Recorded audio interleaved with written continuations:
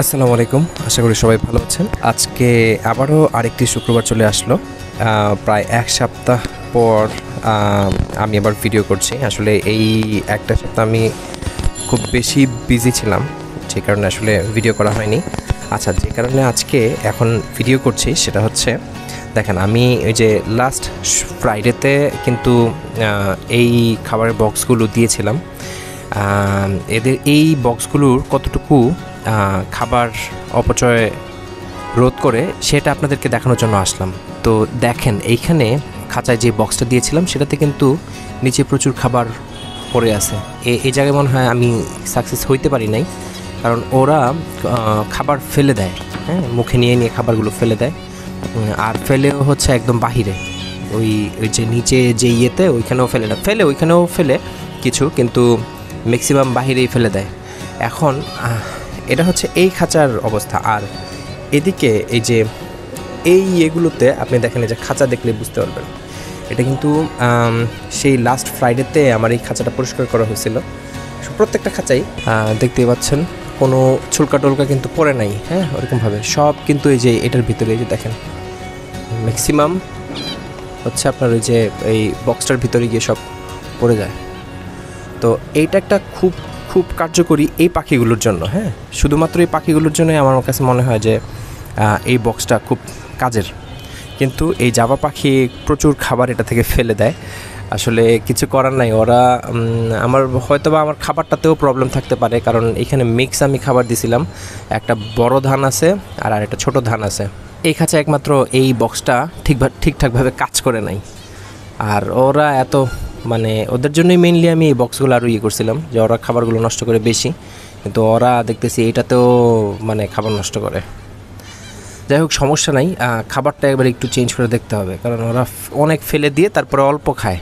আচ্ছা, এইখানে আমি খাবার অলরেডি সবগুলো খাঁচারই আমি খাবার আবার নতুন করে দিয়ে দিছি চেঞ্জ করে। এই যে এখানে সব কিছু জমে খাবারের ইয়েগুলো, ফোকাস হচ্ছে একটু প্রবলেম। এই যে এখানে খাবারগুলো জমলে পরে মানে খাবার না, অ্যাকচুয়ালি এই যে ছুলকাগুলো হয় ছুলকাগুলো এখানে জমে, প্লাস যেই খাবার যদি কোনো পড়ে থাকে তাহলে ওই ছুলকার সাথে ওই ভিতরেই পড়ে যায়। তখন এখান থেকে কিন্তু আমি আবার পরিষ্কার করে ভালো খাবারগুলো আবার বক্সের ভিতরে দিয়ে দিই। সেম এটাও। আর এই যে এই প্রত্যেকটা খাঁচায় আমি বললাম যে লাস্ট শুক্রবারে আমি খাঁচার এই ট্রেগুলো আমি পরিষ্কার করে দিয়েছিলাম। দেখেন এখানে পুপস ছাড়া, পাখির পুপস ছাড়া কিন্তু এখন তেমন কোনো খাবার পড়ে নাই, হ্যাঁ। এই অল্প স্বল্প পড়বে, এটা খুব স্বাভাবিক, এইটুকু তো মানে মেনে নেওয়া ছাড়া উপায় নেই, এইটুকু টুকটাক পড়বে। কিন্তু আমার যে পরিমাণ খাবার এর আগে নষ্ট হতো, এখন কিন্তু সে পরিমাণ নষ্ট হয় না। এখানে কিছু পড়ে আছে, প্লাস কিছু হচ্ছে ছুলকা পড়ে আছে। তো আমার কিন্তু ওই ফিঞ্চ পাখির জন্য এই বক্সগুলো আনা একদমই পারফেক্ট হয়েছে। আমার খাবার অনেকাংশে বেঁচে যায়, তার চেয়ে আরেকটা ভালো ব্যাপার হচ্ছে যে খাঁচা পরিষ্কার থাকে। দেখেন এখানে পুপ ছাড়া কিন্তু আর কিছু নাই ওরকমভাবে, মোটামুটি এক সপ্তাহ ইয়ে। আর আমার এই বক্সগুলো না থাকলে দেখা গেছে যে এক সপ্তাহের ভিতরে এত ময়লা হয় যে আমার আবার ওই ইয়েটা পরিষ্কার করতে হয়, সেটা পরিষ্কার করতে হয়। তো এবার কিন্তু আমি ইচ্ছাকৃত মানে রেখে দিছি যে দেখি কতটুকু ময়লা হয়। তো আমি যা দেখতেছি যে মোটামুটি 2 সপ্তাহ গেলেও হয়তো আমার ট্রেটা পরিষ্কার করা লাগবে না। সেম নিচের ক্ষেত্রেও এই যে এইখানেও সেম অবস্থা। আচ্ছা, এখানে সুন্দর একটা আপডেট আছে, ওরা কিন্তু ওই বক্সে এই যে আমি কিছু ম্যাটেরিয়ালস দিয়ে রাখছিলাম, বক্সে নিয়ে যাইতেছে, ওরা ঘর বানানোর ট্রাই করতেছে। সকালবেলা উঠেই এই সিনটা দেখলাম। আজকে অনেক দিন পর আসলে খাঁচার সামনেও আসতে পারছি। আর আমার খাঁচার আমি না থাকলে আরাফের আম্মু পুরো ব্যাপারটা আসলে দেখে, খাঁচার খাবার দেওয়া থেকে শুরু করে পাখির যত যত্ন নিয়ে আসছে সবগুলো আরাফের আম্মুই করে। তো আমি এই একটা সপ্তাহ আসলে আমি সুযোগ পাই নাই। আর দেশের পরিস্থিতি খারাপ ছিল, যে কারণে আসলে মন টনও এরকম ভালো ছিল না, খুব একটা আশা হইতো না। তো এই যে এখন আবার রেগুলার ইনশাল্লাহ ভিডিও পাবেন। এই একটা উইক আমি মানে ভিডিও করা হয় নাই, তো হোপসো এখন আবার রেগুলার পাবেন। প্রিয় সেই খাঁচাটার কাছে আবার আসলাম। এই যে দেখেন, এক ভাই কমেন্ট করছিলেন যে এই সামনের যে বেবিটা আছে, বেবিটাকে দেখতে নাকি পেঙ্গুইনের মতো দেখা যায়, হ্যাঁ, দেখতে কিছুটা পেঙ্গুইনের মতো।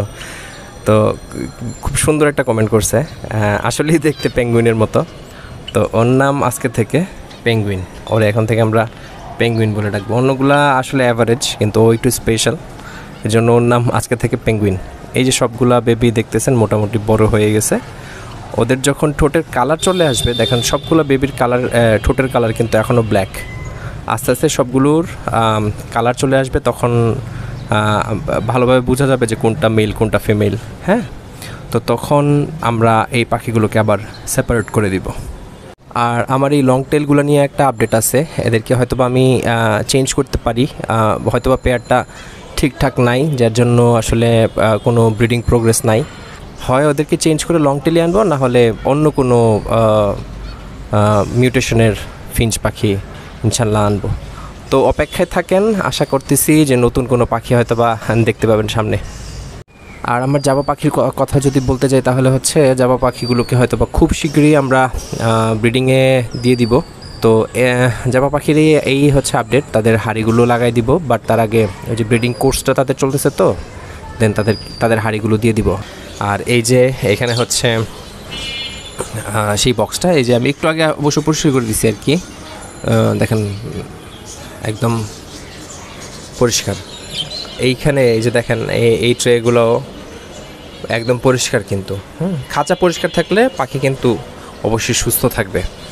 এই যে এইখানে দেখেন এই খাঁচাটাও কিন্তু একদম পরিষ্কার। ওদেরকে আজকে একটু যে ডাটা শাক আনছিল বাজার থেকে, তো আমি 1-2টা নিয়ে সবাইকে একটু একটু করে খাইতে দিছি। আর এখনও পর্যন্ত পিকাচুর কোনো আপডেট নাই, পিকাচু এখন পর্যন্ত কোনো ডিম টিম দিতে দেখি নাই। দেখা যাক, ওয়েট করতেছি এখনও।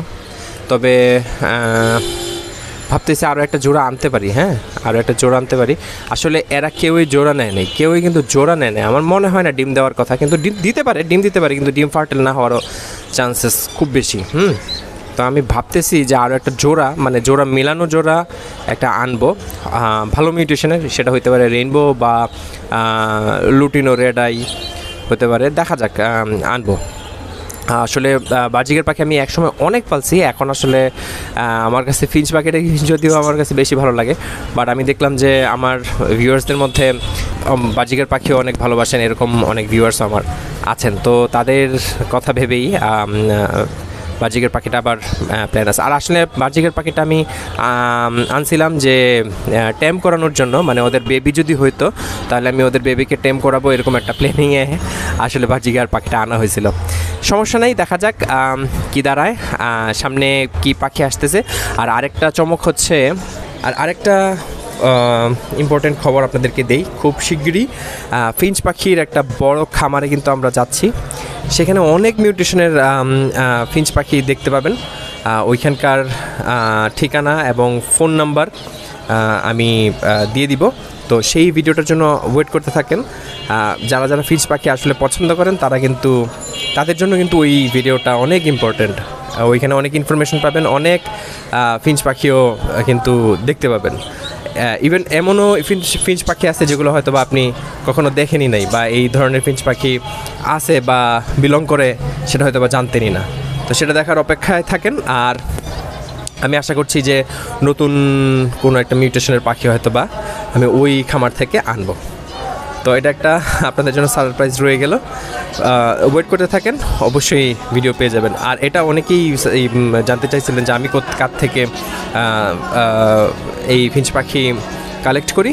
তো চাইলে আপনারাও ওইখান থেকে কালেক্ট করতে পারেন, মানে আমি যেই খামারটাতে যাব সেই খামার থেকে আমি আসলে আমার পাখিগুলো কালেক্ট করি। তো আপনারা চাইলে আপনারাও কিন্তু ওখান থেকে কালেক্ট করতে পারবেন। সব ডিটেল সেই ভিডিওতে দিয়ে দেওয়া হবে। তো আশা করি ভিডিওটি আপনাদের ভালো লেগেছে। ভালো লেগে থাকলে অবশ্যই সাবস্ক্রাইব করতে হবে, এবং কোনো কিছু জানা থাকলে অবশ্যই কিন্তু কমেন্ট করতে হবে। সেই পর্যন্ত ভালো থাকুন, সুস্থ থাকুন, আল্লাহ হাফেজ।